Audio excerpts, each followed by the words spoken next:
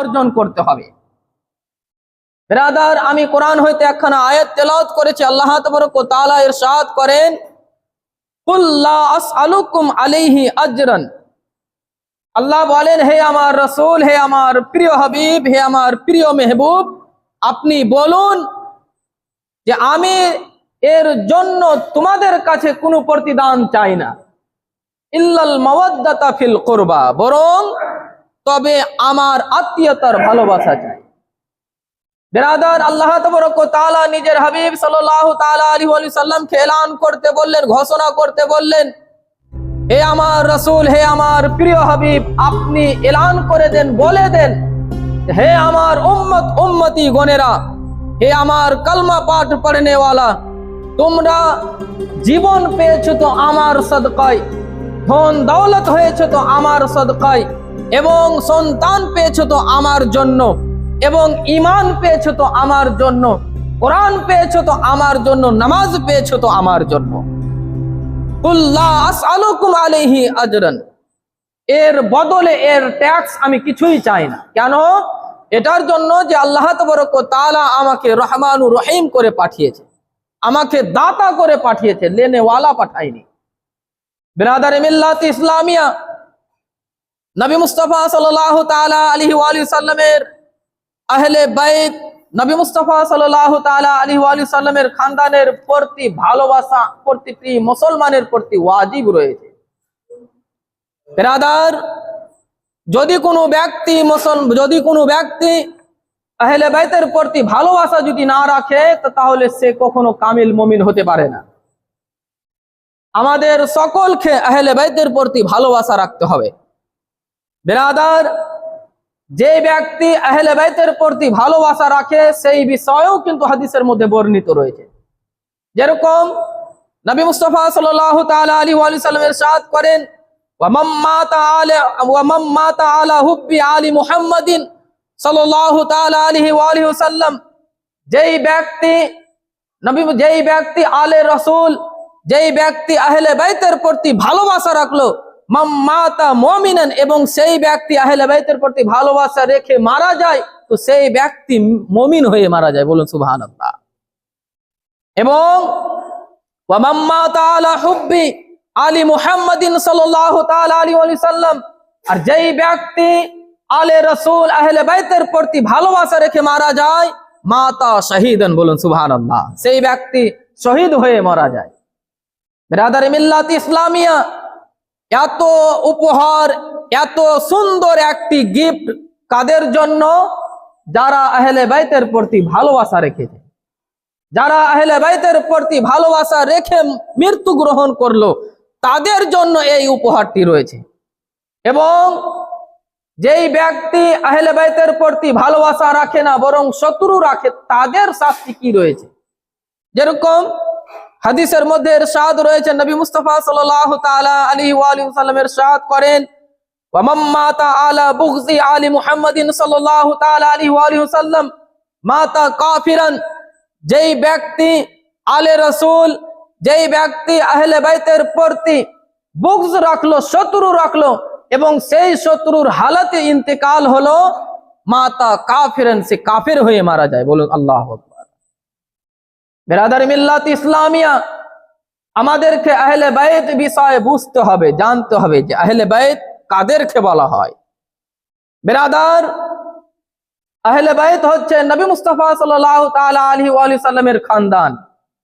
যেরকম হযরতে ফাতিমাতুজ জাহরা, হযরতে আলী, হযরতে ইমাম হাসান, ইমাম হোসেন, ইনারা হচ্ছে আহলে বাইত, নবী মুস্তাফা সাল্লাল্লাহু তাআলা আলাইহি ওয়া সাল্লামের পরিবার। বিরাদার, আজকে আমরা এত সুন্দর মাযহাব, এত সুন্দর আমরা দ্বীনে ইসলাম যে পেয়েছি, তো কোথায় থেকে পেয়েছি? নবী মুস্তাফা সাল্লাল্লাহু তাআলা আলাইহি ওয়া সাল্লামের দরবার থেকে পেয়েছি। বিরাদার মিল্লাত ইসলামিয়া, এবং যেই ব্যক্তি আহলে বাইতের প্রতি শত্রু রাখে, আহলে বাইতের প্রতি বুগজ রাখে, তার জন্য জান্নাত হারাম হয়ে যায়। বলুন আল্লাহু আকবার। হাদিসের মধ্যে বর্ণিত রয়েছেন, নবী মুস্তাফা সাল্লাল্লাহু তাআলা আলাইহি ওয়া সাল্লাম ইরশাদ করেন, ওয়া হারুমাতিল জান্নাতু আলা মান যালামা আহলা বাইতি, নবী মুস্তাফা সাল্লাল্লাহু তাআলা আলাইহি ওয়াসাল্লাম ইরশাদ করেন, যেই ব্যক্তি আমার আহলে বাইতের প্রতি জুলুম করলো, শত্রু রাখলো, সেই ব্যক্তির জন্য জান্নাত হারাম হয়ে যাবে। বলুন আল্লাহু আকবার। বিরাদার মিল্লাত ইসলামিয়া, এই এত সুন্দর হাদিস, এত সুন্দর রিওয়ায়াত আমরা পড়লাম, জানলাম, শুনলাম। তার শর্ত আমরা দেখি যে কিছু মুসলমান মুহররম মাস যখনই চলে আসে তো ঢোল ঢাকনা বাজাতে শুরু করে দেয়। বিরাদার মিল্লাত ইসলামিয়া, সেই মুসলমান কিভাবে মুসলমান হতে পারে যে আফসোসের সময় আফসোস করে না, বরং আনন্দ করে। বিরাদার মিল্লাত ইসলামিয়া, যারা ঢোল ঢাকনা বাজায়, তার বাড়িতে যদি তার বাবা যদি ইন্তেকাল হয়ে যায় তো সেই ব্যক্তি 40 দিন পর্যন্ত ঢোল ঢাকনা বাজাবে না। বাজাবে বেরাদার? কখনো বাজাবে না। বেরাদার মিল্লাত ইসলামিয়া, যিনি আমাদের ইমাম হোসেন আমাদেরকে শিক্ষা দিয়েছেন যে বাতিলের সামনে কখনো মাথা নত করবো না, বরং গলা কাটিয়ে দেবা। কিন্তু সেই ইমামের জন্য আজকে আমরা দেখি যে বিভিন্ন জায়গাতে আমরা দেখি যে ইমাম বাড়া করে, বিভিন্ন জায়গাতে আমরা দেখি যে ঘোড়া সাজায়, বিভিন্ন জায়গাতে দেখি আমরা যে তাজিয়া বের করে। বিরাদার মিল্লাত ইসলামিয়া, আমাদেরকে জানতে হবে শরীয়ত কতদূর পর্যন্ত আমাদেরকে আদেশ দিচ্ছে। বিরাদার, রিওয়ায়াতের মধ্যে ইরশাদ রয়েছেন যে মুহররম মাসের এমন একটি দিন রয়েছে, সেই দিনটিকে বলা হয় আশুরার দিন। বলুন সুবহানাল্লাহ। বিরাদার, সেই দিনে যদি কোনো এক ব্যক্তি যদি একটি রোজা রাখে, তাহলে 1 বছরের গুনাহকে আল্লাহ তাবারক ওয়া তাআলা ক্ষমা করে দেয়। বলুন সুবহানাল্লাহ। তাহলে বোঝা যায় যে একদিন যদি আমি রোজা রাখি, তাহলে 1 বছরের গুনাহ যদি ক্ষমা হতে পারে, আর সেই ইমাম হোসেনের জন্য যদি আমরা ঢোল ঢাকনা বাজাই, তাহলে কত বড় গুনাহ হতে পারে। বিরাদার মিল্লাত ইসলামিয়া, আল্লাহ তাবারক ওয়া তাআলার সমস্ত মাখলুক ইমাম হোসেন যখন শহীদ হয়ে গিয়েছিলেন, সেই সময় কান্না করেছিলেন। কিন্তু শুধু একটি দল ছিল, সেই দল হচ্ছে ইয়াজিদের দল। সেই ইয়াজিদের দলরা আনন্দ করেছিল, ঢোল ঢাকনা বাজিয়েছিল। তাহলে বোঝা যায় যেই ব্যক্তি এই মাসে ঢোল ঢাকনা বাজায়, তাকে বুঝে নিতে হবে আমাদেরকে যে সেই হচ্ছে ইয়াজিদের দলের তরফ থেকে। বিরাদার মিল্লাত ইসলামিয়া, শুধু এটাই নয় যে আহলে বাইতের প্রতি যদি কোনো ব্যক্তি যদি শত্রু রাখে, দুশ্মন যদি রাখে, সেই ব্যক্তি যদি কাবা শরীফের এক কোণেও যদি নামাজ পড়ে এবং মাকামে ইব্রাহিমের কাছে গিয়েও যদি নামাজ পড়ে, তার শর্ত যদি সেই ব্যক্তি যদি ইন্তেকাল হয়ে যায়, তাহলে সেই ব্যক্তি হচ্ছে জাহান্নামী। বলুন আল্লাহু আকবার।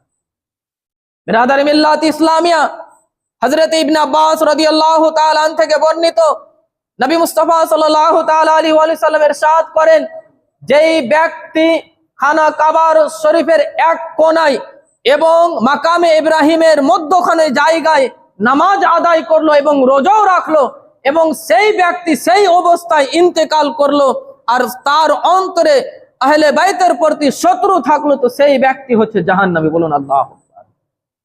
বিরাদার মিল্লাত ইসলামিয়া, হযরত আব্দুল্লাহ ইবনে মাসউদ রাদিয়াল্লাহু তাআলা আন থেকে বর্ণিত, নবী মুস্তাফা সাল্লাল্লাহু তাআলা আলাইহি ওয়া সাল্লাম ইরশাদ করেন যে আহলে বাইতের প্রতি একদিনকার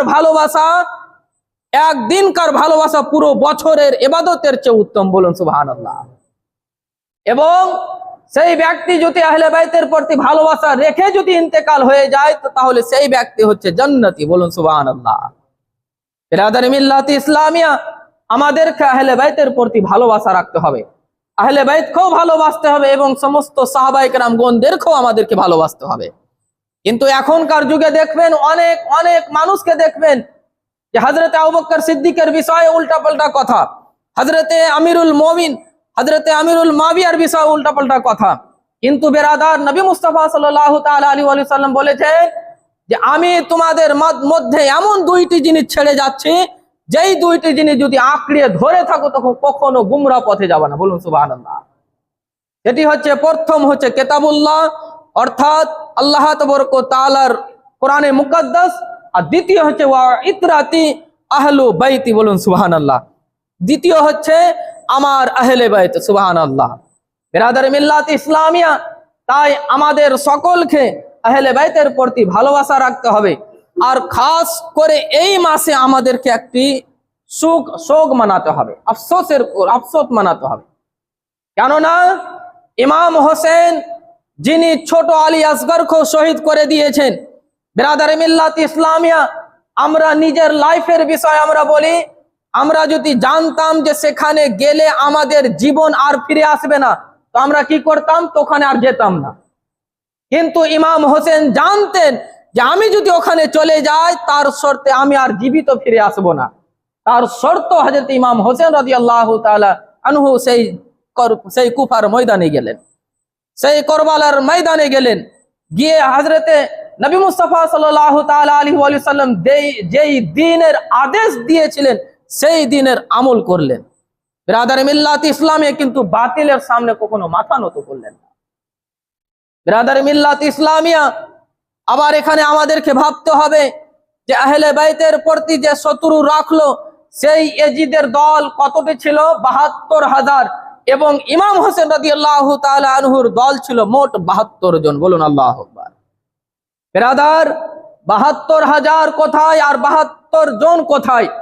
বিরাদার হযরত ইমাম হোসেন রাদিয়াল্লাহু তাআলা সেই ৭২ জনকে নিয়ে একা নামাজ পড়েছেন, কখনো ৭২,০০০-এর পিছনে নামাজ পড়েনি। বিরাদার তারও কালমা পড়নেওয়ালা মুসলমান ছিল, সেই ইয়াজিদের দলরাও কিন্তু মুসলমান ছিল, কালমা পাঠ করনেওয়ালাও ছিল, কিন্তু বিরাদার তাদের অন্তরে ইশকে রাসূল ছিল না। বলুন সুবহানাল্লাহ। বিরাদার যদি ইশকে রাসূল যদি থাকতো তাহলে কখনো ইমাম হোসেনের সঙ্গে শত্রু করত না। সেই ইয়াজিদ চেয়েছিল যে আমরা ইমাম হোসেনকে শহীদ করে দ্বীনে ইসলামের প্রতি কাবু পেয়ে যাব, দ্বীনে ইসলামের প্রতি আমরা হুকমরান হয়ে যাব, কিন্তু তাদের কথা, তাদের হুকমরান কিন্তু উল্টা হয়ে যায়। বিরাদার মিল্লাত ইসলামিয়া ভেবেছিল যে ইমাম হোসেন যখন শহীদ হয়ে যাবে তো দ্বীনে ইসলামের কানুন শরীয়তের যে বিধান রয়েছে সেটি উল্টিয়ে যাবে। কিন্তু বিরাদার আল্লাহ তাবারক ওয়া তাআলা যেটা চায় সে কখনো বাতিল করতে পারে না। বিরাদার মিল্লাত ইসলামিয়া, তাই আগামী শুক্রবার মুহররম মাসের 10 তারিখ আপনারা সকলেই 2টি বা 3টি রোজা রাখবেন, বৃহস্পতিবার, শুক্রবার, শনিবার। যদি 3টি রোজা না রাখতে পারেন বা 1টি রোজা রাখতে পারেন তাহলে শুক্রবারের দিনটি রোজা রাখবেন, আর সেই শুক্রবারের বা বৃহস্পতিবারের রাত্রে আপনারা সকলেই আশুরার নামাজ পড়বেন।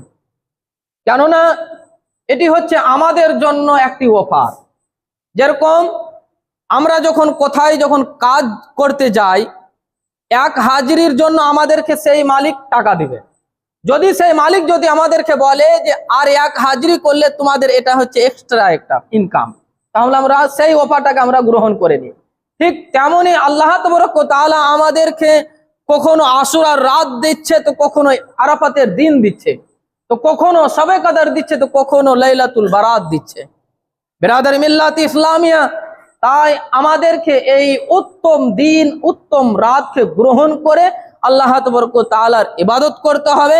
আল্লাহ তাবারক ওয়া তাআলাকে সন্তুষ্ট করার জন্য নবী মুস্তাফা সাল্লাল্লাহু তাআলা আলাইহি ওয়া সাল্লাম যে রাস্তা আমাদেরকে দেখিয়ে গিয়েছেন সেই পথে আমাদেরকে চলতে হবে। তাই নিজের বক্তব্যকে এখান থেকে ইতি করি। বলার মধ্যে কোনো ভুল ত্রুটি যদি হয়ে থাকে, তওবা ইস্তেগফার পড়ার পূর্বে আমি কিছু আপনাদেরকে বলি যে আপনাদের গ্রামের বাড়ির সংখ্যা আমি দেখতে পাচ্ছি যে কমসে কম 80-85টা। 80-85 বাড়ি মিলে যদি একটি যদি আমরা ইনভার্টার না করতে পারি তো আফসোসের বিষয়। বিরাদার, আপনারা নিজের বুকে একবার হাত দিয়ে দেখবেন